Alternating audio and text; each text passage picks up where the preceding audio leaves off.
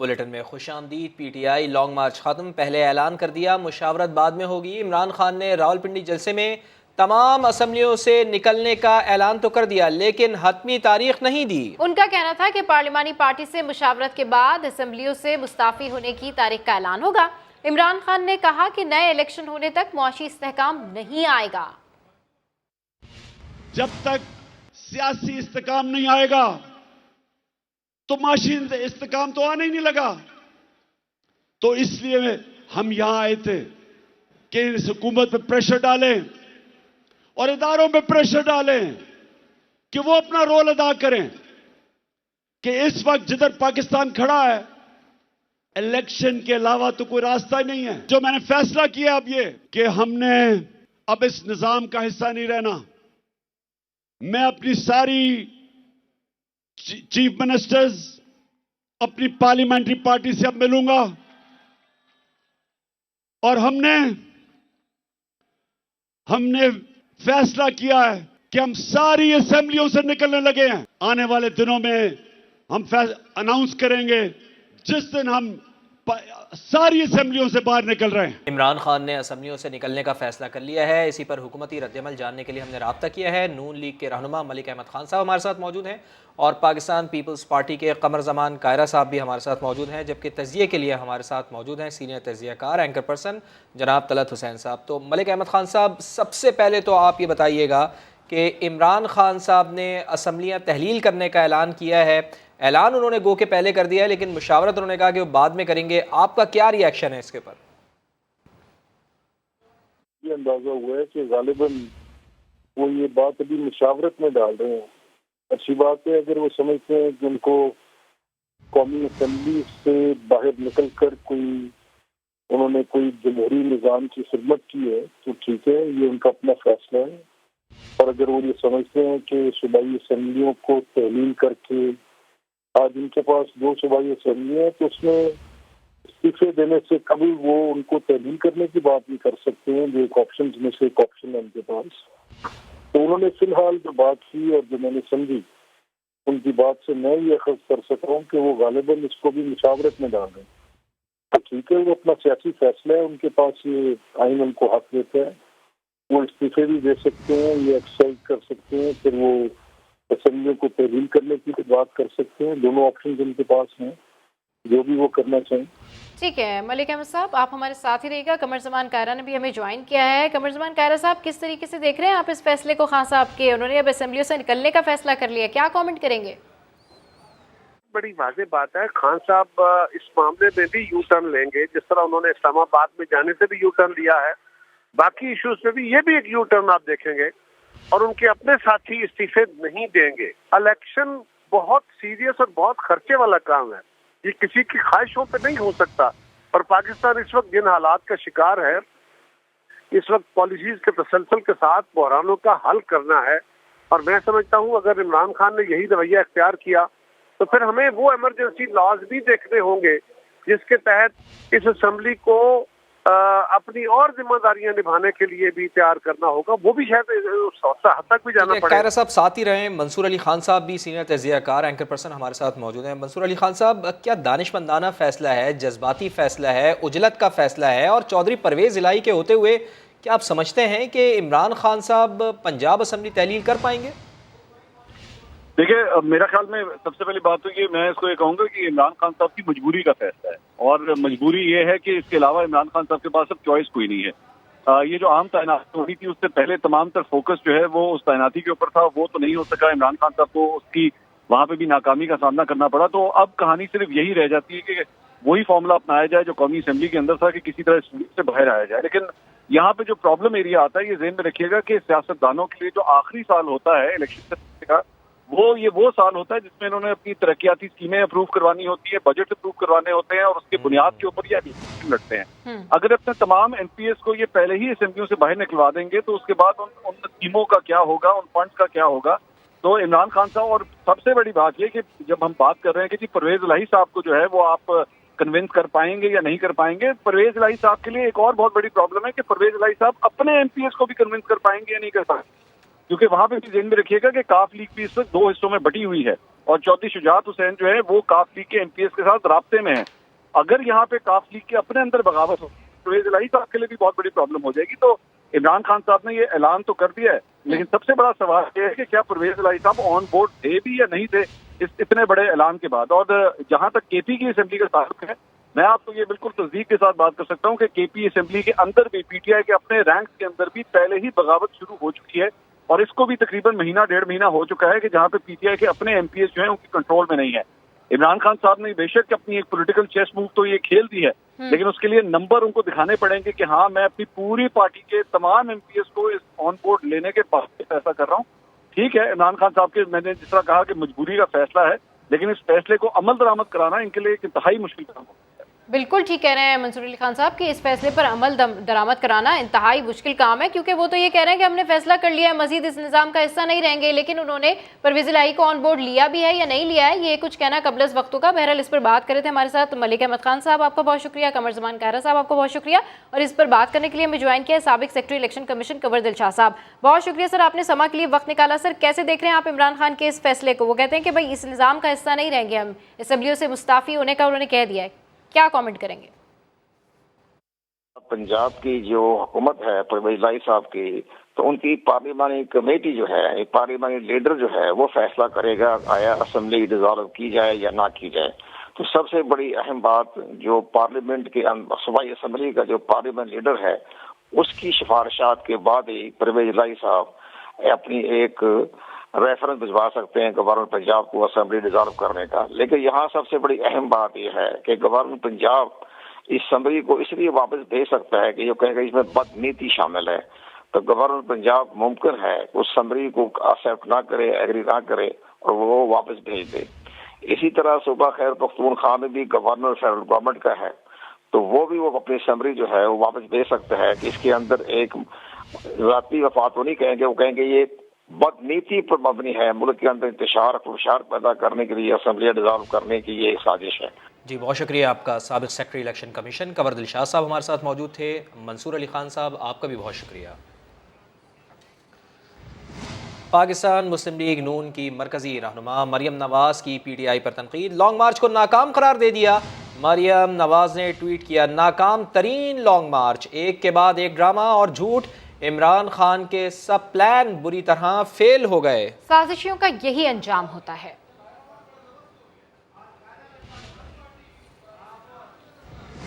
बदनज़मी, धक्कमपेल और हंगामा आराई, रावलपिंडी में PTI के जलसे में रिवायत बदल नहीं सकी। बेकाबू कारकुनान दिन भर आपस में लड़ते रहे, खवातीन के पंडाल पर धावा बोला। राना सनाउल्लाह ने इंतजामात पर सवालात उठा दिए।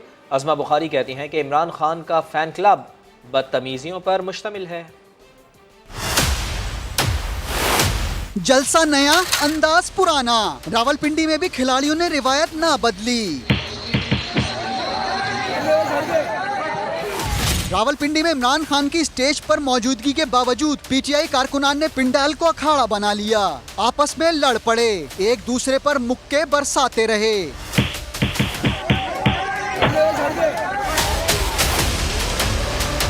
इससे पहले राउंड 1 में भी कारकुनान के दरमियान हाथापाई हुई। बेकाबू खिलाड़ियों की बड़ी तादाद खवातीन के लिए मखसूस पिंडाल में जा घुसे।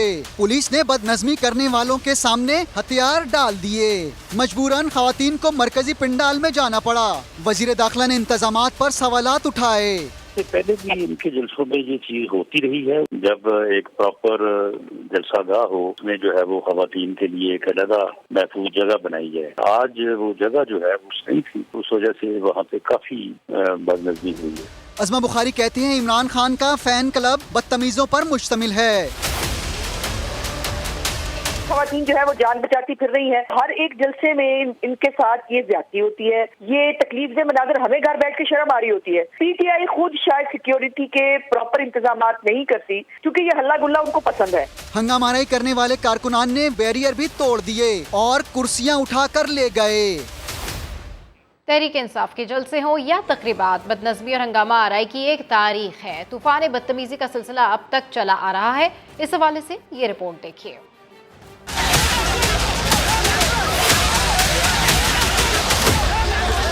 तब्दीली के दावेदारों ने सियासी कल्चर बदल डाला। बदतहजीबी, बदनज़मी तहरीक इंसाफ के जलसों की रिवायत बन गई। पेशावर हो या फैसलाबाद का मैदान, लाहौर का पिंडाल हो या सक्खर, हर जगह एक जैसे मनाजिर ही देखने में आते हैं। 2022 में लाहौर जलसे में बेकाबू खिलाड़ी खवातीन के पिंडाल में जा घुसे। फैसलाबाद के स्पोर्ट्स स्टेडियम में भी खवातीन से बदसलूकी हुई। पेशावर में भी कुछ ऐसी ही सूरत हाल थी।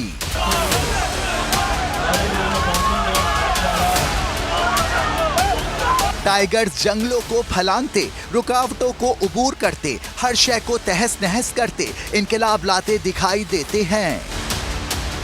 बेकाबू हुजूम को कंट्रोल करने के लिए कभी कभी इंतजामिया को एक्शन भी लेना पड़ता है। पीटीआई के जलसे में एक बार फिर सियासी वसाइल का भरपूर इस्तेमाल। स्टेज पर इमरान खान के लिए पोटोहार टाउन की कुर्सी लाई गई। वजीर दाखिला राना सनाउल्ला कहते हैं कि 2 सूबों के सरकारी मुलाजमीन को जलसागाह लाया गया। 15 से 18,000 लोगों की सिक्योरिटी के लिए 26,000 अहलकार तैनात थे। जलसा सियासी लेकिन कुर्सी सरकारी। पिंडी आमद पर इमरान खान को पोटोहार टाउन की सरकारी गद्दी पर बिठाया गया। वजीर दाखिला राना सनाउल्ला ने समा से गुफ्तगू में बताया कि इमरान खान के पिंडी जलसे में पंजाब और खैबर पख्तूनख्वा के सरकारी वसाइल का बेदरेक इस्तेमाल किया गया। तमाम मुलाजमीन, म्यूनिसिपल कॉर्पोरेशन, हेल्थ, एजुकेशन, वो सभी यहाँ पे लाए गए। इसके बावजूद दोनों सूबों से 10-12,000, 14,000 लोग आए हैं। 26,000 लोग जो है लॉ एनफोर्समेंट एजेंसी के वो सुबह 8 बजे से जो है ना इनकी हिफाजत के लिए जो है वो ड्यूटी दे रहे हैं। लाहौर से लेकर पिंडी तक मार्च करने वाले इमरान खान का मकसद क्या था, राना सनाउल्ला ने ये भी बताया। रावलपिंडी और इस्लामाबाद से लोग नहीं निकले, उन्होंने खुद को एक्सपोज किया, लोगों के लिए मुश्किलात पैदा की हैं, रास्ते रोके हैं, स्कूल बंद, इम्तिहान मुलतवी। तो ये मासफा है लोगों के लिए मुश्किलात से पैदा करने के। कोई मकसद ना ये हासिल कर सके हैं और ना ही वो मकसद नजर आ रहा है। वजीर दाखिला राना सनाउल्ला ने समा पर जलसे का जो अहवाल सुनाया है उसे कैमरे की आंख दिन भर दिखाती भी रही। स्टेज पर मौजूद पीटीआई की क़यादत के अफसुर्दा चेहरों से भी लग रहा था कि जलसा तवक्कुआत के मुताबिक नहीं हो सका। इमरान खान की तकरीर के दौरान ही कारकुनान जलसागाह से रवाना होना शुरू हो गए थे। सरबराह तहरीक इंसाफ खुद पर हमले की दास्तान सुना रहे थे और खिलाड़ी पिंडाल छोड़कर जा रहे थे। एक गार्ड को 6 गोलियां लगी। सब गोलियां ऐसी थी कि वो बच गया। मेरा जो गार्ड जाहिद था, हमारा इमरान इस्माइल जो सिंध के गवर्नर थे, 4 गोलियां उसके कपड़ों में से निकली, बच गया। पीटीआई जलसे ने रावलपिंडी के शहरियों की ज़िंदगी अजीरन कर दी। जुड़वां शहरों की अहम और मसरूफ़ तरीन शाहराह मरी रोड को बंद कर दिया गया, जिसकी वजह से मुतबादिल रास्तों पर गाड़ियों की लंबी कतारें लगी रहीं। तफसीलात उमर बिन आसिफ की इस रिपोर्ट में। तहरीक इंसाफ का पावर शो रावलपिंडी के शहरियों के लिए अजाब बन गया। 6th रोड के करीब शहर की मसरूफ तरीन शाहराह मरी रोड के जलसागाह बनने से शहर का निजाम जिंदगी दरहम बरहम होकर रह गया। मरी रोड से मुल्हिका इलाकों में कारोबार करने वाले भी दुहाइयां देने लग गए। रास्ते बंद हैं, लोग आएंगे नहीं तो कारोबार कहाँ से होंगे। हमारे तो मार्केट्स के हिसाब से काम होता है, ये फूड स्ट्रीट बंद है। गाड़ी नहीं मिल रही थी, बहुत प्रॉब्लम थी। खन्ने पोल से यहाँ तक पैदल आए ब्रिटिश इलाकों में। इस्लामाबाद की तरफ आने जाने वाली दीगर सड़कों पर भी कंटेनर रख दिए गए। जो सड़कें खुली रह गईं, वहाँ भी शदीद दबाव के बायस ट्रैफिक जैम रहा।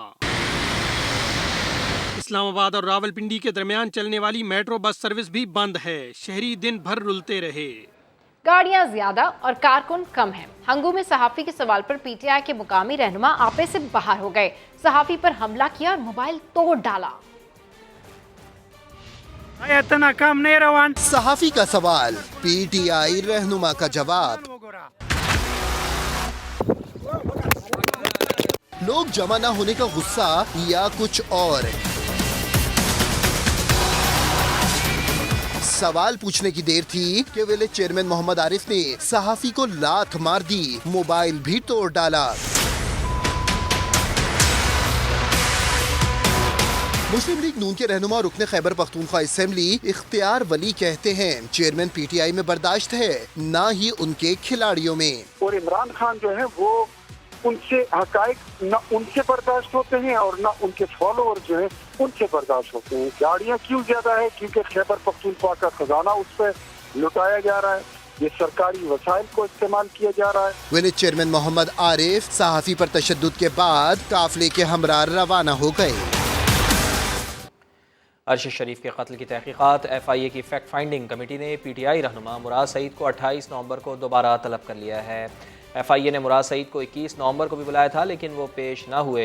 नए नोटिस में मुराद सईद को कहा गया है कि तहकीकात के मुताबिक अरशद शरीफ का एप्पल मैकबुक आपके पास है, वो फराहम किया जाए ताकि तहकीकात आगे बढ़ पाएँ। FIA ने मुराद सईद से कहा है कि अगर दीगर सबूत भी हैं तो वो भी टीम को फराहम करें। स्टेट बैंक ने डॉलर्स की बैरून मुल्क मुंतकली रोकने के लिए अदायगियों के तरीक़ेकार में तब्दीली कर दी, जिसकी वजह से 1 दिसंबर से पाकिस्तान में गूगल प्ले स्टोर पर मौजूद पेड एप्लीकेशंस नाकाबिल इस्तेमाल होने का खदशा पैदा हो गया है। इस हवाले से रिपोर्ट कर रहे हैं जहीर अली। ग्लोबल विलेज के दौर में तमाम ममालिक डिजिटलाइजेशन की रेस में शरीक, लेकिन पाकिस्तान की गाड़ी डिजिटल ट्रैक से उतरने लगी। डॉलर्स की बैरून मुल्क मुंतकली रोकने के लिए स्टेट बैंक ने गूगल प्ले स्टोर पर पेड एप्लीकेशन के लिए अदायगियों का तरीकाकार तब्दील कर दिया। 1 दिसंबर से पाकिस्तान में गूगल प्ले स्टोर की पेड एप्लीकेशन नाकाबिले इस्तेमाल हो जाएंगी। पुराने तरीकाकार के तहत मोबाइल में मौजूद बैलेंस से भी पेड एप्लीकेशन को अदायगी मुमकिन थी, जो अब सिर्फ क्रेडिट और डेबिट कार्ड के जरिए हो सकेगी। साबिर माहिरीन ने फैसले पर शदीद तहफ़्फ़ुज़ात का इजहार कर दिया। अगर हमारे किसी गवर्नमेंट के फैसले से हमारी कोई सर्विस बंद होती है तो किसी को उसका नुकसान नहीं होगा सिवाय हमारे। ये हमारी मजबूरी है उनकी सर्विस को इस्तेमाल करना। आई एम होपिंग कि इसको ओवरकम करने का कोई मैकेनिज्म जो है वो निकालना पड़ेगा। वजारती IT हुकाम के मुताबिक 1 माह से 28 लाख डॉलर्स की अदायगियाँ रुकी हुई हैं। टेलीकॉम कंपनियों की शिकायत पर वज़ीर IT अमीनुल हक ने वज़ीर खजाना को खत लिख दिया। कहा बैनुल-अक़वामी इदारों को अदायगी रोकने का अमल पाकिस्तान की साख मुतासिर कर सकता है। वज़ीर खजाना मामले का फौरी नोटिस लेते हुए स्टेट बैंक को अदायगी जारी रखने की हिदायत करें। वज़ीर आज़म पाकिस्तान मियाँ शहबाज शरीफ की इकबाल शनासी। इस्तांबुल बिजनेस मीटिंग में अल्लामा इकबाल के अशार पढ़े। ना सिर्फ अंग्रेज़ी में हर शेर की तशरीह की, बल्कि उम्दा मंजर कशी भी की। आइए आपको भी दिखाते हैं। फ़र्द कायम रब्त मिल्लत से है। रब्त मिल्लत, मिल्लत is Turkish word, through context of the society. फ़र्द कायम रब्त मिल्लत से है, तन्हा कुछ नहीं। Alone is nothing, he is just an individual. मौज है दरिया में, बैरून दरिया कुछ नहीं। इस्तांबुल बिजनेस कम्युनिटी इवेंट और वजीर आजम शहबाज शरीफ के इकबाल शनासी। न सिर्फ अंग्रेजी में शेर की तशरीह की। तमन्ना आबरू की है अगर गुलजार हस्ती में, तमन्ना आबरू की है अगर गुलजार हस्ती में, बल्कि लफ्जों, इशारों और मानी से मंजरकशी की। ओ मुस्लिम और human being, if you want to live in this garden, world's garden with prestige and honor and integrity, तमन्ना आबरू की है अगर गुलजार हस्ती में, तो कांटों में उलझकर जिंदगी बसर करने की खू कर ले। शहबाज शरीफ ने कहा, इस मीटिंग का असल पैगाम ये है कि अगर कामयाब होना है तो कांटों पर जिंदगी गुजारनी होगी। फूल यूं ही नहीं खिलता, यूं ही नहीं महकता, इसे कांटों में रहना होता है। और फिर बताया कि मोमिन की शान खुददारी ये नहीं कि कोई उसे तोड़कर दस्तार में रख ले, और नहीं ये शान खुददारी चमन से तोड़कर तुझको। Now Iqbal is addressing Muslim Umma, whether they are Turks or Pakistanis or any other Muslim living in any part of the world. वज़ीर आज़म पाकिस्तान ने कहा, इकबाल का ये पैगाम है कि सख्त मेहनत ही समरावर है, खाली खुली तकरीरों से कुछ हासिल नहीं होता।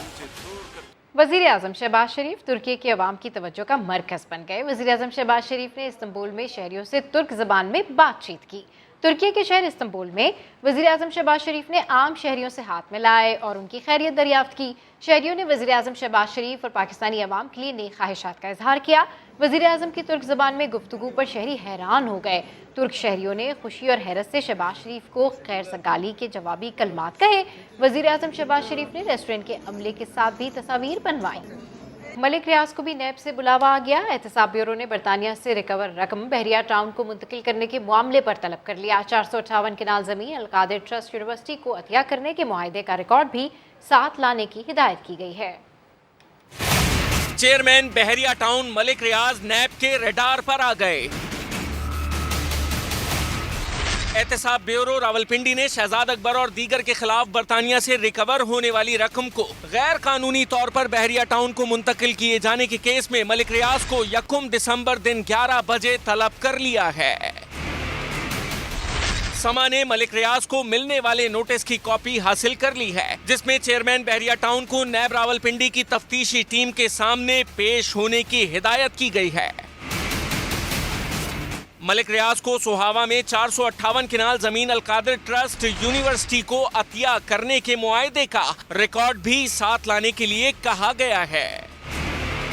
कुछ अरसा कबल मलिक रियाज की अपनी बेटी के साथ मुबैना ऑडियो टेप भी लीक हुई थी, जिसमें दोनों बाप बेटी इमरान खान की अहलिया बुशरा बीबी के लिए हीरों के हार से मुताल्लिक गुफ्तगू कर रहे थे। और फोन आया मैंने, कहते जो चीज देखी गई है वो नहीं मुझे अच्छी लगी, वो खतूने अव्वल हैं तो उनके मुझे बहुत, ये तो उनके पास आम चीज है। मैं क्या फिर 5 कैरेट ले देती हूँ, वो अबू इकदा आया था 1 करोड़ का, अम्मी ने पता है। तू पहले पूछना ना थी ना कितने कैरेट का चाहिए। मैं पूछे मैं क्या 5 का मंगवाना, कह दिया हाँ 5 कैरेट ठीक है, 3 है। कहते ये तो आम पहनते हैं, जिन नहीं वापस लो, उनको सही चीज दो। ओके। नैब साबिक वजीर आजम इमरान खान के मुशीर बराए एहतसाब शहजाद अकबर समेत दीगर के खिलाफ मुजरिमाना एतमाद शिकनी और इख्तियार के मुबैना गलत इस्तेमाल से कौमी खजाने को 50 अरब रुपए नुकसान पहुंचाने की तहकीकात भी कर रहा है। इस केस में इमरान खान की काबीना के तमाम अरकान को भी नोटिस जारी किए गए थे, लेकिन सिर्फ फैसल वावडा शामिल तफ्तीश हुए। कराची में इंटरमीडिएट प्री मेडिकल के इम्तहानात में पहली पोजीशन आदमजी साइंस कॉलेज के मोहम्मद अफ़ान ने हासिल कर ली। इम्तहानात में कामयाबी का तनासुब 59% रहा। सैयदा जीनत की रिपोर्ट। मेरी तरफ से ये इस पेन से मैं बहुत कुछ लिखता हूँ, तुम्हारे लिए गिफ्ट है। अपनी मेहनत का फल वसूल करते प्री मेडिकल के तलबा और तालिबात इंटरमीडिएट प्री मेडिकल में पोजीशन हासिल करने पर खुशी से सरशार हैं। प्री मेडिकल के इम्तहानात में प्री इंजीनियरिंग की तरह लड़का बाजी ले गया। आदमजी साइंस कॉलेज के मोहम्मद अफ़ान ने 94.55% नंबर हासिल करके टॉप पोजीशन हासिल की। हमारे एग्जाम्स में बारिशें हो रही थी तो लाइट नहीं थी। मेरा पहला पेपर था बॉटनी का, तो पूरी रात लाइट नहीं थी। मुश्किलात थी, लेकिन फिर भी उसमें जो है वो मेहनत करी तो बस अल्लाह ताला ने अजर दिया। प्री मेडिकल के इम्तिहान में बहरिया कॉलेज की आयशा जमील और मेट्रोपोलिस कॉलेज की महविश सरवर 94% नंबर लेकर मुश्तरका तौर पर बोर्ड में दूसरे नंबर पर रहीं। आदमजी साइंस कॉलेज के हुमायूं अहमद और बहरिया कॉलेज की हरीम एजाज 94% मार्क्स लेकर तीसरी पोजीशन पर रहीं। चेयरमैन इंटर बोर्ड सईदुद्दीन ने कामयाब तलबा और तालिबात को कामयाबी पर मुबारकबाद दी और पोजीशन लेने पर लड़कों की मेहनत की तारीफ भी की। रवा साल प्री मेडिकल के इम्तहानात में 24,608 तलबा ने रजिस्ट्रेशन करवाई और कामयाबी का तनासुब 58.77% रहा। कैमरामैन मोहम्मद कामरान के साथ सैयदा जीनत, समा, कराची। 17 साल बाद पाकिस्तान में टेस्ट सीरीज के लिए इंग्लैंड की क्रिकेट टीम कल इस्लामाबाद पहुंचेगी। शाहीनों ने दूसरे दिन भी नेट प्रैक्टिस सेशन में हिस्सा लिया। इंग्लैंड के खिलाफ 3 मैचेस की टेस्ट सीरीज कैसे जीती जाए। शाहीनों ने इस्लामाबाद में दूसरे रोज भी बॉलिंग, बैटिंग और फील्डिंग की नेट प्रैक्टिस की। सकलैन मुश्ताक और मोहम्मद यूसुफ ने नौजवान खिलाड़ियों को कामयाबी के गुर बताए। पाकिस्तानी ऑलराउंडर मोहम्मद नवाज कहते हैं, होम ग्राउंड पर पहले मैच में अपने शहर वालों को मायूस नहीं करूंगा। खुशी हो रही है कि पाकिस्तान में इतनी बड़ी क्रिकेट वापस रिवाइव होगी और इससे हमारी न्यू जनरेशन, जो नेक्स्ट जनरेशन है, उसको काफी फायदा होगा। दौरान प्रैक्टिस हारिस रऊफ का बाउंसर हेलमेट पर लगने से साबिक कप्तान अजहर अली मामूली जख्मी हुए। अलबत्ता वो थोड़ी देर बाद दोबारा मैदान में आ गए। तर्जमान पीसीबी ने बताया कि अजहर अली मुकम्मल फिट हैं। कैमरामैन अवैस काजी के साथ शहजाद अली, समा, इस्लामाबाद। और इसी के साथ ही वक्त हो गया ब्रेक का, जिसके बाद दोबारा हाजिर होंगे हेडलाइंस के साथ। देखते रहिए समा।